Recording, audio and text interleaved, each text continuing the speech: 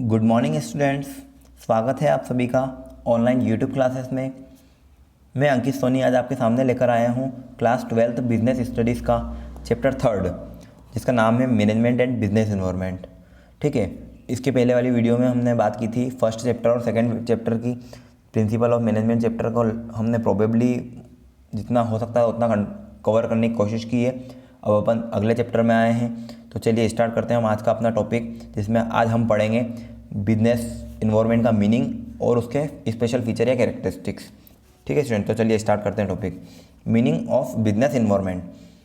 तो the term business environment means sum total of all individuals, institutions and other forces that are outside the control of a business enterprise but that may affect its performance.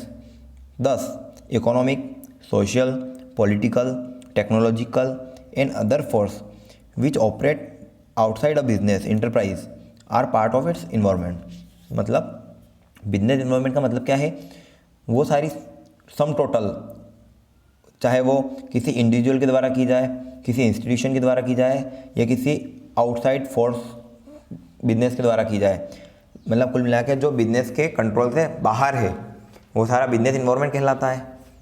ठीक है, but वो outsider जो source हैं वो business को affect ज़रूर करते हों तो ही वो बिजनेस इन्वायरमेंट का पार्ट के होंगे।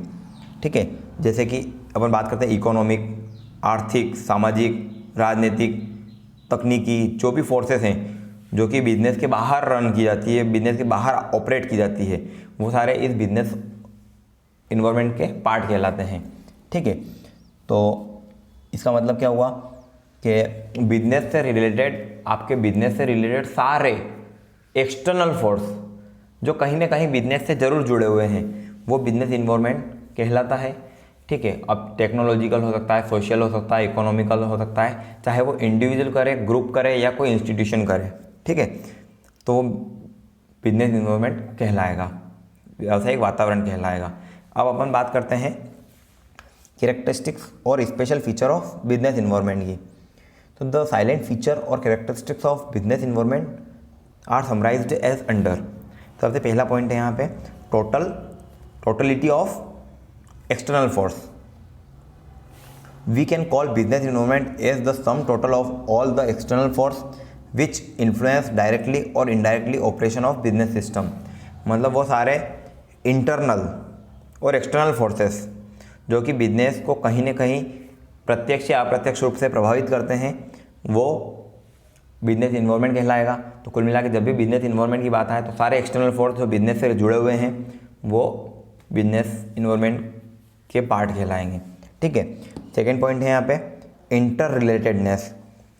डिफरेंट एलिमेंट और part of business environment are closely inter related.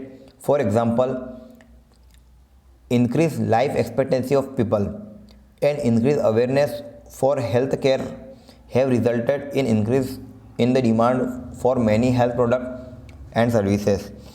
New health product and service have in turn altogether change the lifestyle of people। इसका मतलब हुआ है जो बिजनेस इन्वायरमेंट के अलग अलग भाग हैं वो सभी से एक दूसरे से जुड़े हुए हैं। इसको एक एग्जांपल से समझाने की कोशिश की गई है। यहाँ लिखा हुआ है कि अगर व्यक्तियों की लाइफ एक्सपेक्टेंसी मतलब जीवन जीने की जो क्षमता अगर बढ़ती है ना, कि हम ज़्यादा जिएंगे, तो उसके लिए क्या होगा, उनकी वो अवेयरनेस बढ़ेगी उनकी हेल्थ केयर के प्रति। अगर वो चाहते हैं कि हमारा जीवन ज़्यादा लंबा हो तो वो क्या करेंगे, हेल्थ केयर प्रोडक्ट की ओर ज़्यादा अट्रैक्ट होंगे। तो जिससे क्या होगा, अगर उनकी लाइफ एक्सपेक्टेंसी बढ़ी, हेल्थ केयर की तरफ अट्रैक्ट हुए, तो वो डिमांड करेंगे किस चीज़ की, हेल्थ केयर के प्रोडक्ट की और उनसे रिलेटेड सर्विसेज की। तो इस कंडीशन में क्या होगा कि मार्केट में बहुत सारे हेल्थ केयर प्रोडक्ट और सर्विसेज नए नए लॉन्च होने लगेंगे। तो इसको कहते हैं एक दूसरे से जुड़ा होना या इंटर रिलेटेडनेस, मतलब कहीं ना कहीं दोनों बातें एक दूसरे से जुड़ी हुई है। ठीक है, थर्ड पॉइंट होता है डायनामिक नेचर। डायनामिक नेचर में क्या आएगा, business environment is dynamic in the sense that it keep pace with the change in technology, change in consumer taste and preference, entry of new competitor in the market, change in government policy and like. मतलब dynamic nature मतलब प्रगतिशील इसका nature है, इसका जो तरीका है वो क्या है, प्रगतिशील है। जैसे मार्केट में कोई भी चेंज हुई, कोई टेक्नोलॉजी का चेंज आया, कंज्यूमर के प्रेफरेंस में या उनके टेस्ट में अगर कोई चेंज आता है, ठीक है, या फिर मार्केट में कोई नया कॉम्पिटिटर आता है पर्टिकुलर बिजनेस में, तो क्या होता है, उससे गवर्नमेंट पॉलिसी या उससे रिलेटेड जितने भी कंडीशंस है वो सारी चेंज हो जाती है, ठीक है। तो बिजनेस इन्वायरमेंट में क्या होता है, इसी कैरेक्टरिस्टिक्स है, डायनामिक है, मतलब जैसे जैसे मार्केट में चेंज आता है वैसे वैसे रूल्स एंड रेगुलेशन भी चेंज होते रहते हैं।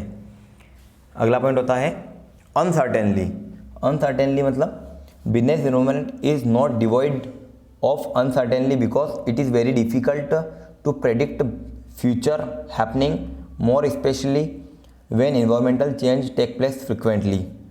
For example, information technology and fashion are rapidly changing which do affect business environment. मतलब बिजनेस इन्वायरमेंट में जो चेंज हो रहे हैं उसको पहले से डिसाइड नहीं किया जा सकता।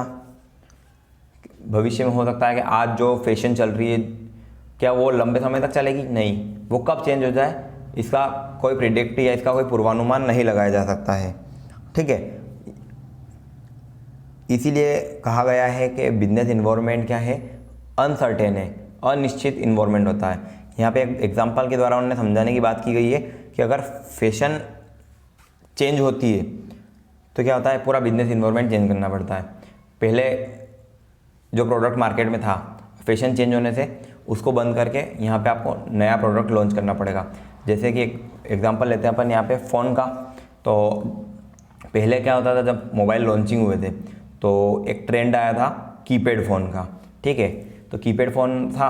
अब जैसे जैसे टेस्ट एंड प्रेफरेंस चेंज हुआ, मार्केट में नई प्रोडक्ट की लॉन्चिंग हुई, तो उस कंडीशन में क्या होता है, नए प्रोडक्ट की डिमांड बढ़ गई और जो पुराने वाले प्रोडक्ट थे उनकी डिमांड कम हो गई, ठीक है। तो अब जैसे आप मोस्टली देखा जाए तो हम कीपैड फ़ोन की बजाय एंड्रॉयड या आईफोन, एप्पल का यूज़ करना ज़्यादा पसंद करते हैं। क्यों? क्योंकि जो चेंज और प्रेफरेंस कस्टमर की चेंज हुई, इसलिए ये एक अनसर्टेन इन्वायरमेंट कहलाता है, ठीक है। अगला होता है कॉम्प्लेक्सिटी। कॉम्प्लेक्सिटी क्या होती है? Business environment is always subject to complexity. It involve numerous interrelated and dynamic conditions and force which arise from different sources. As such, it is very difficult to understand and once what exactly will be the implication. In other words, environment is complex phenomenon which is relatively easier to understand in parts but difficult to grasp in its totality.